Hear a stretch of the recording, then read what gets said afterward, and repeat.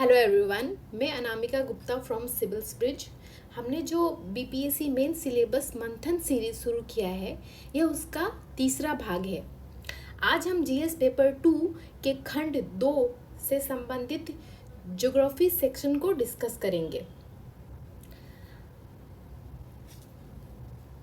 आयोग द्वारा बीपीएससी द्वारा जो ज्योग्राफी के लिए सिलेबस में मेंशन है वो इस प्रकार है।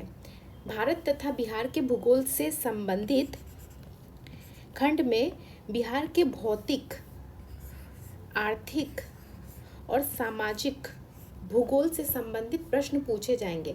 अतः बीपीएससी के सिलेबस में ज्योग्राफी के लिए केवल इतना ही लिखा गया है।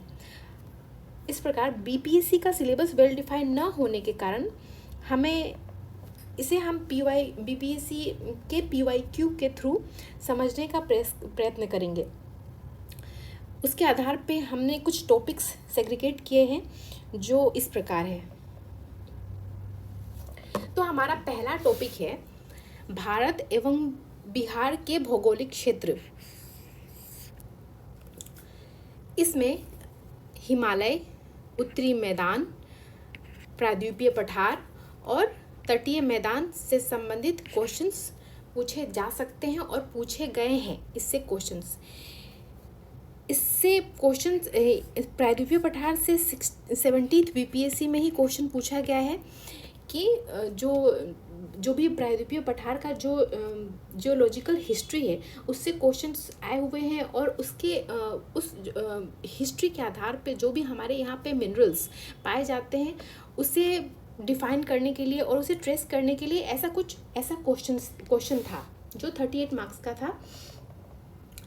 तो जब आप ये भारत एवं बिहार का भौगोलिक क्षेत्र या टॉपिक आप पढ़ें तो उसके टाइमलाइन से ये क्वेश्चन हमें बताता है कि हमें जब भी ये टॉपिक पढ़े तो भारत का जो भी प्रायद्वीप है, जो भारतीय प्रायद्वीप है उसके जियोलॉजिकल हिस्ट्री को हमें पढ़ना चाहिए और वहाँ से ट्रेस करके हमें इस टॉपिक को तैयार करना चाहिए। हम जानते हैं कि हमारा जो भूभाग है वो एक आर्कियन शील्ड का भाग है जो पृथ्वी का सबसे पुराना स्थिर भाग है ना। और ये जो उसके बाद में जो भी हिस्सा बना है, ठीक है, जो हमारा भारत है ये जो है प्रायद्वीपीय भाग है, प्रायद्वीपीय भूभाग है, ठीक है। ये सबसे पुराना भाग है और ये सबसे स्थिर भाग भी कहा जाता है, ठीक है। जो हिमालय है वो युवा है, अभी भी उसकी ऊंचाई बढ़ रही है ना। प्लेट टेक्टोनिक थ्योरी में हमने पढ़ा है कि इसका कारण हम जानते हैं कि क्यों ये अभी भी राइज कर रहा है, क्योंकि प्लेटें जो है वो हमेशा ही चलायमान होती हैं। 6 सेमी ये अभी भी बढ़ रहा है पर ईयर, है ना। लेकिन ये जो भूभाग है वो सबसे स्थिर भूभाग है, ठीक है। और ये सबसे जो हमारा प्रायद्वीपीय पठार है वो सबसे पुराना है। मैंने जैसे कहा कि ये आर्कियन युग का ही है। फिर ये पहला ये है ये पहला भाग है हमारा सबसे पुराना। दूसरा भाग है छोटा नागपुर वाला पठार वाला, दूसरे भाग में आता है। जिस समय हमारा इस समय हमारा जो भी हमारे यहाँ पे खनिज लौह, अयस्क और मैंगनीज वगैरह मिलते हैं ये इस भूभाग में मिलता है, ठीक है। फिर गोंडवाना भूमि, ठीक है, उसमें भी हमें बहुत सारे गोंडवाना एज के भी यहाँ पे बहुत सारे मिनरल्स वगैरह मिलते हैं, ठीक है। और हिमालय का जो निर्माण हुआ है वो सेनोजोइक एरा में हुआ है, ठीक है। तो जब भी आप ये पढ़ें तो इस टाइमलाइन को ज़रूर याद रखें, क्योंकि अगर इस बार केवल ये मिनरल से जोड़कर ये आयोग ने पूछा है क्वेश्चन, तो मे भी अगर इसे भूकंप से या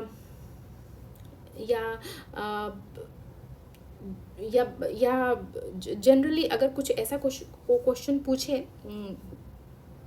अगला क्वेश्चन, तो आप इससे जब ये टाइमलाइन आपको याद रहेगा और इसकी समझ होगी तो आप इससे संबंधित जो भी क्वेश्चंस आएंगे वो आप अच्छे से कर पाएंगे, ठीक है। और हिमालय से अभी तक तो क्वेश्चन नहीं आए हैं बीपीएससी में, लेकिन इसके आने की संभावना बनती है, ठीक है। हमारे हिमालय का हमारी अर्थव्यवस्था पे सामाजिक ताने बाने में और सांस्कृतिक और पर्यावरण के लिहाज से ये हिमालय बहुत ही इम्पोर्टेंट हो जाता है। इससे हमारा इस पर हमारा मानसून निर्भर करता है। ठंडियों में जो ये साइबेरिया की हवाएं ब्लॉक करता है, तो इन सब का प्रभाव पड़ता है। मानसून में भी बहुत ज़्यादा हिमालय का बहुत बड़ा योगदान है, ठीक है। और साथ ही साथ हिमालय की बनने की प्रक्रिया जो है वो उसे आप प्रिपेयर करें। जैसे कि हमारा बृहद हिमालय है जिसे हिमाद्री कहते हैं, फिर मध्य हिमालय, फिर शिवालिक वाला जो क्षेत्र है उन तीनों को ही आप करें प्रिपेयर साथ में, और मैप्स के साथ में आप करें इसे, हिमालय वाला क्षेत्र। और ये करने के बाद में आप बिहार का जो भूभाग है उसे भी आप देखें कि जैसे ये वाला क्षेत्र है, विंध्यन वाला थोड़ा सा क्षेत्र है। यहाँ पे जो है ये छोटा नागपुर पठार का ये हिस्सा है। यहाँ पे शिवालिक का थोड़ा सा तराई वाला इलाका है, ठीक है, ये वाला क्षेत्र है। तो बात ये है कि यहाँ पे कुछ विशेष प्रकार के मिनरल्स पाए जाएंगे, है ना। यहाँ पे अलग प्रकार की मिट्टी पाए जाएंगे। तो जब आप इस चीज़ को पढ़ेंगे कि हमारा जियोलॉजिकल हिस्ट्री कैसा रहा है, तो आप इसे भी समझ पाएंगे, और कहाँ कौन से किस टाइप के मिनरल्स पाए जाएंगे वो आप ट्रेस कर पाएंगे।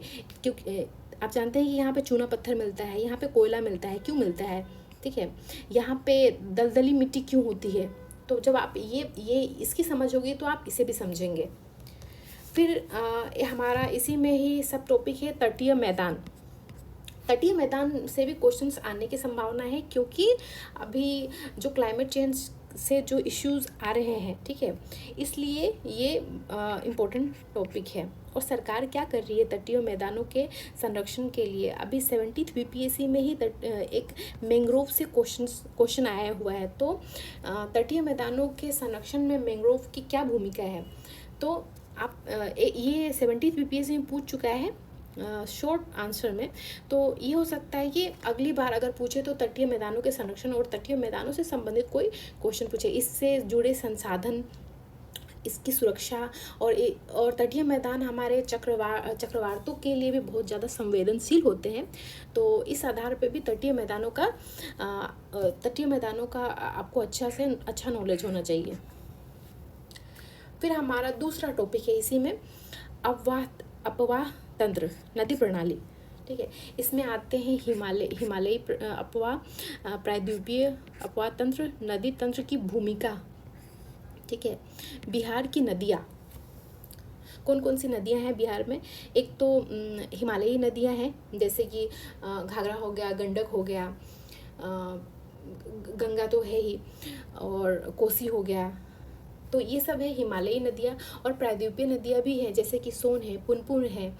तो ये सब बिहार की नदियाँ हैं। तो इन सब का क्या प्रभाव है बिहार की अर्थव्यवस्था पे, बिहार के जो संस्कृति पे, इन सब नदियों का क्या प्रभाव है। तो आप इसे जोड़कर लिखें और नोट्स बनाएं।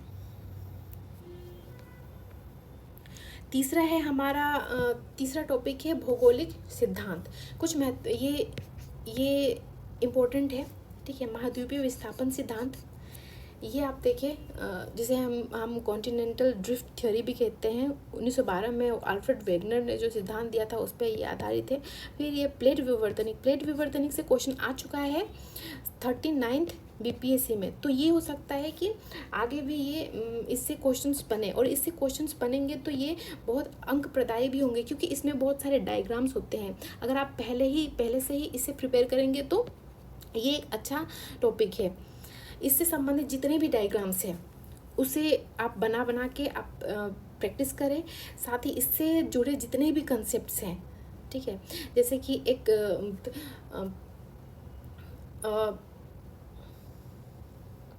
कन्वर्जेंट बाउंड्री होते हैं, डाइवर्जेंट बाउंड्री होते हैं, एक होता है ट्रांसवर्स बाउंड्री होते हैं, उसके प्रभाव क्या होते हैं, ठीक है। तो उसे आप प्रिपेयर करें। इससे क्या होता है, ठीक है, इससे कॉन्टिनेंटल जब होता है तो हम पर्वत बनते हैं। जैसे इसका एग्जांपल है हमारा खुद का हिमालय। फिर इससे ये सैन एंड्रियास फोल्ड जो यूएसए में है, इससे जो है भूकंप भी आते हैं, ठीक है, उस क्षेत्र में भूकंप आते हैं। तो इससे करें आप, इसका डायग्राम बनाएं आप। इससे रिफ्ट वैलीज बनते हैं, जो जिसका सबसे बड़ा एग्जाम्पल है ये अफ्रीका का रिफ्ट वैली, ठीक है। तो वैसे आप करें, इससे संबंधित सारे कॉन्सेप्ट्स को आप क्लियर करें डायग्राम के साथ। तो तीसरा हमारा टॉपिक है प्राकृतिक आपदाएं। भारत एवं बिहार की प्राकृतिक आपदाएं। ये 68 बीपीएससी के पहले ये इससे संबंधित हर साल एक क्वेश्चंस होते थे, जैसे कि बाढ़ से संबंधित एक क्वेश्चन होते थे। हालांकि अभी हाल के समय में आयोग द्वारा नहीं पूछे जा रहे हैं, लेकिन ये पूछे जाएंगे। ये हमेशा ही बिहार के लिए बहुत इम्पोर्टेंट रहा है। बिहार के अल्प विकास का भी एक कारण माना जाता है बिहार की आपदाएं, विशेषकर बाढ़ और सूखे को। हम जानते हैं कि लगभग 38 जिले हर वर्ष बाढ़ से प्रभावित होते हैं और 10 जिले साउथ बिहार के जो 10 जिले हैं वो हमेशा सूखे के लिए जिम्मेदार, सूखे से प्रभावित होते हैं। अतः ये बहुत ज़्यादा इम्पोर्टेंट हो जाता है। सरकार क्या कर रही है इसके लिए और क्या करने की आवश्यकताएं हैं, इससे क्या क्या शॉर्ट टर्म नुकसान होते हैं, क्या क्या लॉन्ग टर्म नुकसान हो रहा है, और इसके शॉर्ट टर्म क्या मेजर्स हो सकते हैं और लॉन्ग टर्म मेजर्स क्या हो सकते हैं। आप इससे प्रिपेयर करें, अच्छे से करें। और जब भी आप आपदाओं के बारे में लिखें तो उसे क्लाइमेट चेंज से ज़रूर जोड़ें, ठीक है। और साथ ही साथ में जो भी एनडीएमए के साइट्स हैं, एनडीएम के साइट्स में जितनी भी आपदाएं हैं उससे संबंधित जो इनिशिएटिव ले रही है सरकार, और जो इनिशिएटिव लेनी चाहिए, जो वे फॉरवर्ड के रूप में क्या क्या करना चाहिए, ये भी उसमें ऐसा उसमें है बहुत सारा, ठीक है, रिपोर्ट्स। उसे आप एक दो जो महत्वपूर्ण कुछ बाढ़ है, जैसे सूखा है, चक्रवात है, उससे संबंधित आप वहाँ से भी नोट्स प्रिपेयर कर सकते हैं। और अच्छा है वो सारा, उनके सारे कंटेंट अच्छे हैं। फिर प्राकृतिक और मानवीय आपदाएं, उसमें जितने भी आपदाएं हैं आजकल, ये हीट वेव्स है, क्लाउड ब्रस्ट है, ये सबको करें आप। आपदा प्रबंधन संरचना क्या क्या है हमारे इंडिया में, सेंडाई फ्रेमवर्क है, एनडीएमए है, एनडीआरएफ है, एसडीआरएफ है।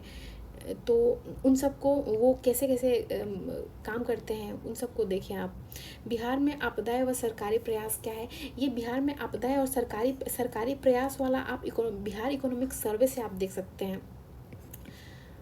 बिहार में बाढ़, आपदा प्रबंधन की चुनौतियाँ, क्या क्या चुनौतियाँ हैं, क्यों नहीं कर पा रही है सरकार। हर वर्ष बिहार में बाढ़ आते हैं, सूखा आता है, लेकिन क्या कौन सी चुनौतियाँ हैं जिसके कारण ये हम लोग अभी भी इससे अभी भी जूझ रहे हैं, इसे आप देखें।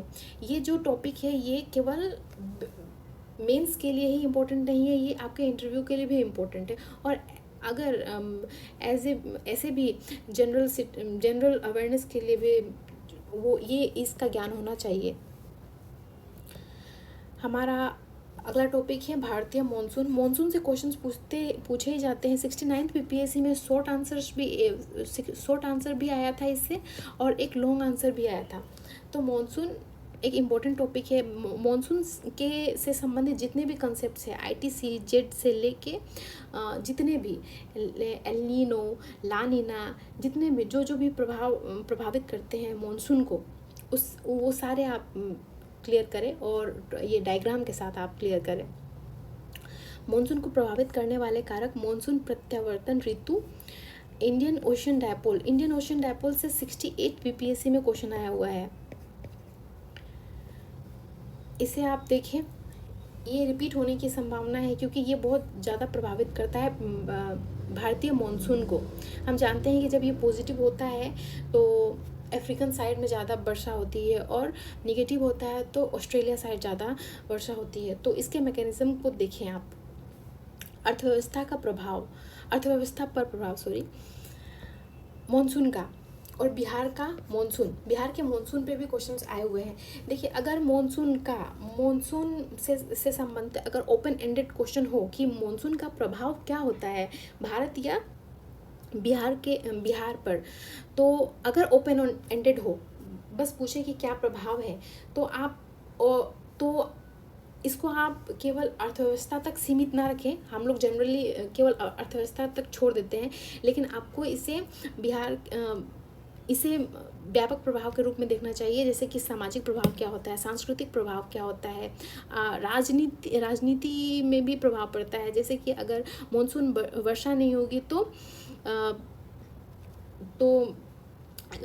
खाद्य उत्पादन कम होगा तो इन्फ्लेशन होगा तो महंगाई बढ़ेगी, तो राजनीति पे भी प्रभाव पड़ता है ना। तो ये आप देखिए, फूड सिक्योरिटी से भी संबंधित है हमारा मॉनसून, है ना। तो इसे आप देखें, और पर्यावरण पे भी व्यापक प्रभाव पड़ता है ना। वनों पे प्रभाव पड़ता है अगर मॉनसून अच्छा ना हो तो इसे आप देखें। नदियों के जलों पे प्रभाव पड़ता है, ठीक है। तो अगला हमारा फिर नेक्स्ट टॉपिक है हमारा वनस्पति एवं मृदा से क्वेश्चन आया है 70th बीपीएससी में। लॉन्ग आंसर 38 मार्क्स के आए हुए हैं। भारत व बिहार की वनस्पति और भारत व बिहार की मृदाएं, आप इसे होलिस्टिक वे में आप इसे भी तैयार करें, बिहार की मृदाएं, क्योंकि ये इम्पोर्टेंट है। आप बस ऐसे आप एक बिहार का मैप ले और देखिए कि कौन कौन सा मृदा कहाँ कहाँ पाया जाता है, ठीक है, और क्यों पाया जाता है। हम जानते हैं कि जलोढ़ मृदा बिहार में सबसे ज़्यादा पाए जाते हैं, क्योंकि नदियाँ हैं बहुत ज़्यादा बिहार में, है ना। यहाँ पे तराई है, यहाँ पे लाल मिट्टी भी पाई जाती है, और है ना। तो इसके आधार पे ये फसलों का भी विभाजन है। कुछ फसल जो है वो यहाँ पे सूटेबल है, क्यों है, क्योंकि यहाँ की मिट्टी उस लायक है ना। ठीक है, हमारा नेक्स्ट टॉपिक है एल नीनो और ला नीना। चक्रवात से संबंधित जितने डायग्राम्स हैं उन सब को एक जगह आप करें, ठीक है, और इससे प्रिपेयर करें चक्रवात से संबंधित जो भी अभी रिसेंटली 1-2 वर्ष में जो भयावह चक्रवात हैं, है ना, वो सब आप उनके नाम लिखें और उसे अपने आंसर्स में भी इंक्लूड करें, ये इम्पोर्टेंट है। और चक्रवात से आज हाल फिलहाल में क्यों इनकी बढ़ोतरी हुई है, और हम जैसे कि एग्जांपल के तौर पे पहले अरेबियन सी में नहीं होता था, इतना नहीं होता था, लेकिन अब जो है अरेबियन सी में भी हो रहा है। तो उसके कारण क्या है, चक्रवात का नामकरण कैसे होता है। यूपीएससी में क्वेश्चन पूछा जा चुका है, चक्रवात का नामकरण कैसे किया जाता है। तो हो सकता है बीपीएससी में भी 7 मार्कर में पूछ ले कि चक्रवात का नामकरण कैसे होता है और इसके क्या क्या मैकेनिज्म है, उसको एक बार आप देखें। और चक्रवात के व्यापक प्रभाव क्या होते हैं, शॉर्ट टर्म प्रभाव क्या होते हैं, लॉन्ग टर्म प्रभाव क्या होते हैं, और इसका समाधान क्या है। क्लाइमेट चेंज से इसको ज़रूर जोड़ें। फिर हमारा अगला टॉपिक है, नेक्स्ट है भारत व बिहार में जलवायु परिवर्तन। ये क्वेश्चंस आते हैं, और इसे अगर ना भी अगर आप इस टॉपिक को प्रिपेयर करेंगे तो आप अन्य आंसर्स में भी इंक्लूड कर सकते हैं। अगर चक्रवात हो गया या आपदाएं हो गया तो इसमें भी आप इंक्लूड कर सकते हैं। ये जलवायु परिवर्तन, खाद्य सुरक्षा में भी अगर वाला क्वेश्चन आए तो इसके कुछ पॉइंट्स को आप उसमें ऐड कर सकते हैं। फिर हमारा नदी जोड़ो परियोजना है कोसी मेची, ये बजट में भी इस बार इसको डिस्कस किया गया था। ये एक महत्वपूर्ण योजना है। इससे क्वेश्चन अभी तो नहीं आए हैं बिहार में, लेकिन आने की संभावना है। इसके लाभ क्या क्या है, इसकी जो भी कुछ कंसर्न्स हैं वो क्या क्या है, उसे आप प्रिपेयर करें, और क्या किया जा सकता है वे फॉरवर्ड में, उसे आप देखें। मैंग्रोव वन से संबंधित क्वेश्चन आए थे 70th बीपीएससी में। मैंग्रोव से ही एक रिलेटेड इससे ही संबंधित एक और टॉपिक है जो आने की संभावना है, जो कोरल रीफ्स जो है, वो कोरल रीफ्स से भी क्वेश्चन में भी संभावना है कि आ जाए। तो आप जब आप मैंग्रोव को करें, आप कोरल्स को भी करें, और इन मैंग्रोव और कोरल्स के होने का क्या कौन कौन सी पारिस्थितिक आवश्यकताएं हैं उसे आप देखें, ये क्या होते हैं ये देखें, और ये कैसे इम्पोर्टेंट है हमारे जलवायु के लिए, हमारे सस्टेनेबल डेवलपमेंट के लिए, ये सब क्या क्या क्यों ज़रूरत है, ये ऐसे आप देखें, और सरकार क्या कर रही है इनके कंजर्वेशन के लिए। फिर हमारा अगला टॉपिक है भारतीय कृषि। भारतीय कृषि हम जानते हैं कि हमारी अर्थव्यवस्था ही कृषि पर बहुत ज़्यादा निर्भर है। बिहार के इकोनॉमिक सर्वे में कहा गया है कि मोर देन 80% डायरेक्टली और इनडायरेक्टली जो भी पॉपुलेशन है वो अपने आजीविका के लिए कृषि पर निर्भर है। अतः ये बहुत ही इम्पोर्टेंट हो जाता है ये टॉपिक। और इस टॉपिक से हर बार एक सवाल आते ही है, डायरेक्टली और इनडायरेक्टली। तो इसे आप देखें कि इसकी समस्याएं क्या हैं, कृषि की समस्याएं क्या क्या हैं, सरकार क्या क्या कर रही है, और क्या क्या किया जा सकता है, और जो भी नई टेक्नोलॉजी हैं जैसे आर्टिफिशियल इंटेलिजेंस हो गया, ड्रोन हो गए, वो कृषि में कैसे हेल्प कर रहे हैं।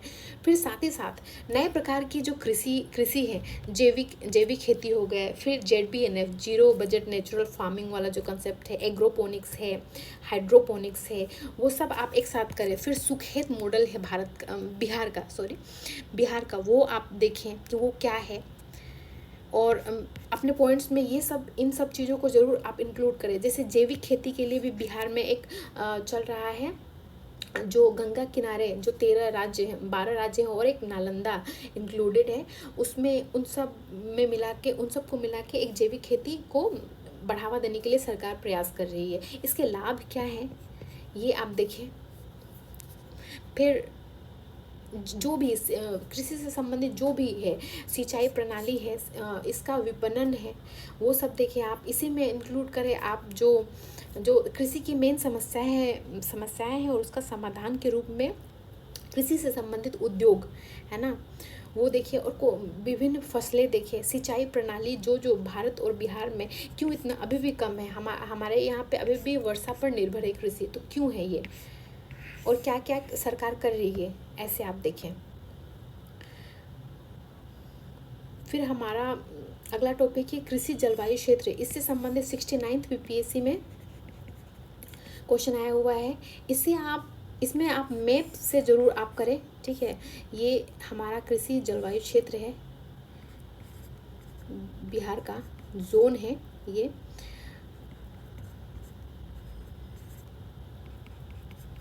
ये इसमें मृदा आधार है, इसमें वर्षा आधार है, और उसके आधार पे जो फसलें होती हैं वो उन सबको आधार बना के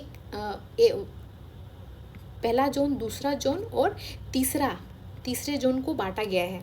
तो आप उसे देखें, और कौन कौन सी फसलें होती हैं, कहाँ लाभदायी है वो सारे कृषि, उन सबको आप देखें। फिर चौथा, कृषि रोड मैप। हम जानते हैं कि पहला कृषि रोड मैप 2008 में शुरू किया गया था, और उसकी सफलता के उदाहरण को ही लेके हम आज चौथे कृषि रोड मैप के साथ में आगे बढ़ रहे हैं। 2023 में इसे शुरू किया गया था, ये 2028 तक चलेगा।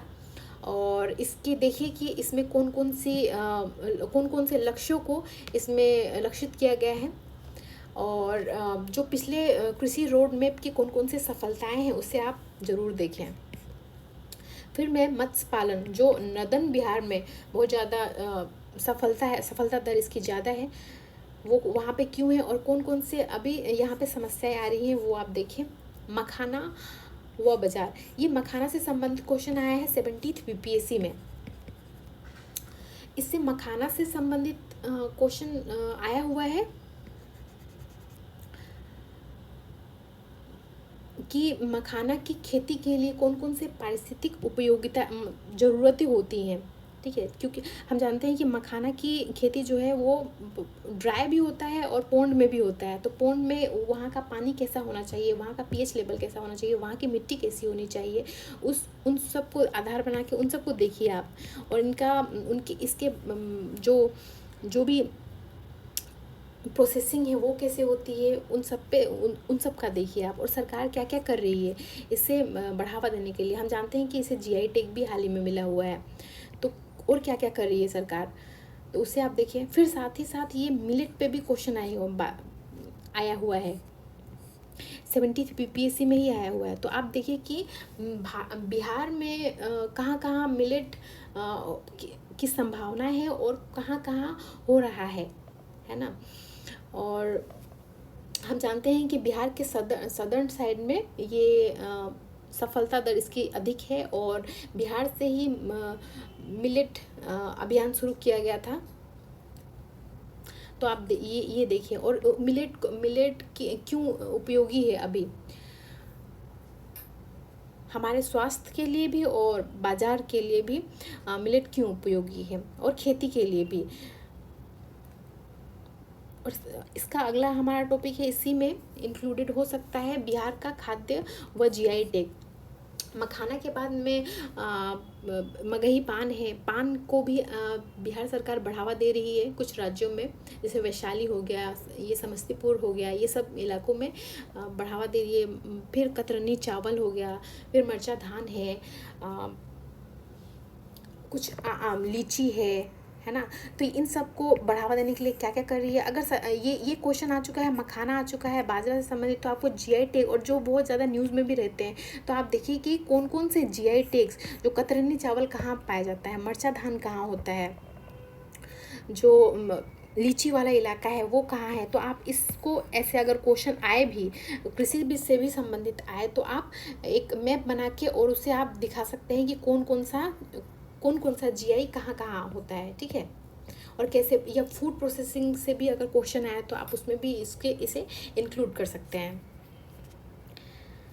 फिर इन सब के बाद हमारा नेक्स्ट टॉपिक है मानव भूगोल से संबंधित, जिसमें आ जाएगा जनसांख्यिकी लाभांश, भारत व बिहार, विशेषताएं, प्रभाव और चुनौतियाँ। जनसांख्यिकी लाभांश से क्वेश्चन आया हुआ है 66 पीपीएससी में, और अभी भी ये रेलेवेंट है। क्यों? क्योंकि हम जानते हैं कि मोर देन 60% बिहार के जो आबादी है वो युवा है ना। तो जनसांख्यिकी लाभांश बहुत ज़रूरी है। अगर ना हो तो हमें पता है कि डिज़ास्टर हो सकता है। डिज़ास्टर क्यों हो सकता है? क्यों? हमारे यहाँ पे स्किलिंग नहीं है, हमारे क्वालिटी ऑफ एजुकेशन नहीं है, स्वास्थ्य की व्यवस्था भी उतनी अच्छी नहीं है। तो इसे आप देखें, और सरकार क्या क्या कर रही है वो आप देखें। मानव विकास, भारत व बिहार में स्थिति कैसी है, गंभीर क्यों है, और इसका समाधान क्या हो सकता है। देखिए, ये जितने भी ज्योग्राफी के क्वेश्चन हो या इकोनॉमिक के क्वेश्चन हो, इसमें अगर ना भी पूछे क्वेश्चन में, तो 1-2 लाइन आप ज़रूर लिखिए कि सरकार इसमें क्या कर रही है, कौन कौन सी योजनाएं चला रही है सरकार इसे इसको सुधार करने के लिए, ठीक है।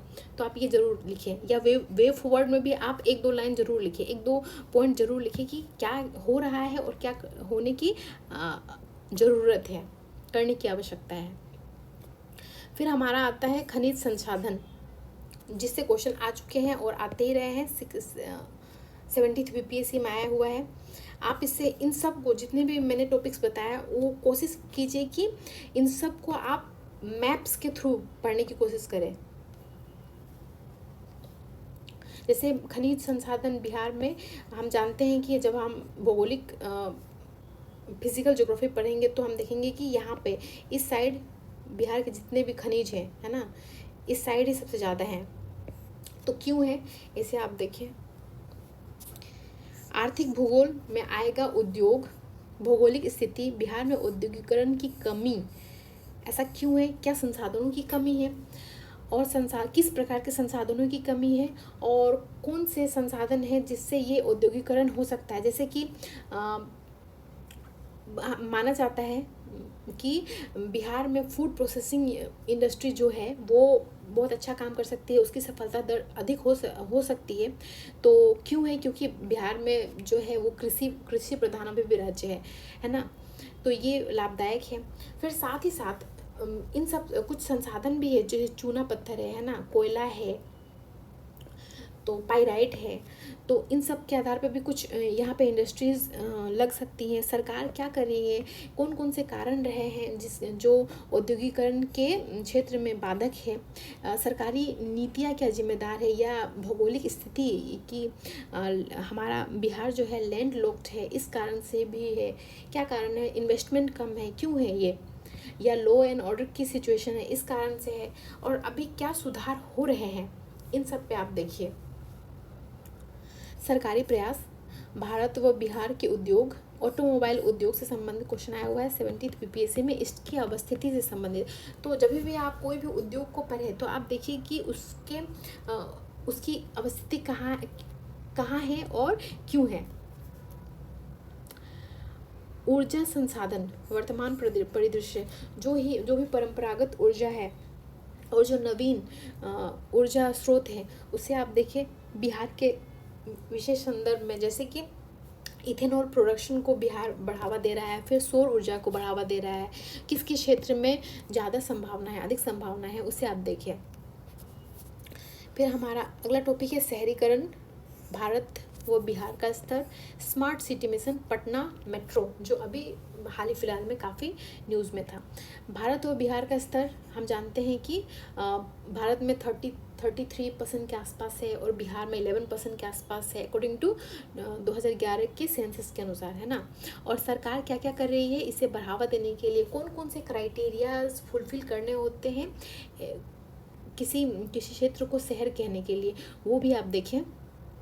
और शहरीकरण की कौन कौन सी समस्याएं हैं, कौन कौन सी चुनौतियां हैं जो आज के शहर वो फेस कर रहे हैं, वो आप देखें। स्मार्ट सिटी मिशन, जिसमें बिहार के कुछ क्षेत्र हैं, जैसे मुजफ्फरपुर हो गया, पटना हो गया, बिहार शरीफ हो गया, दरभंगा हो गया, वो सब देखिए क्या कहाँ क्या स्टेटस है इसका, ये सब देखिए आप।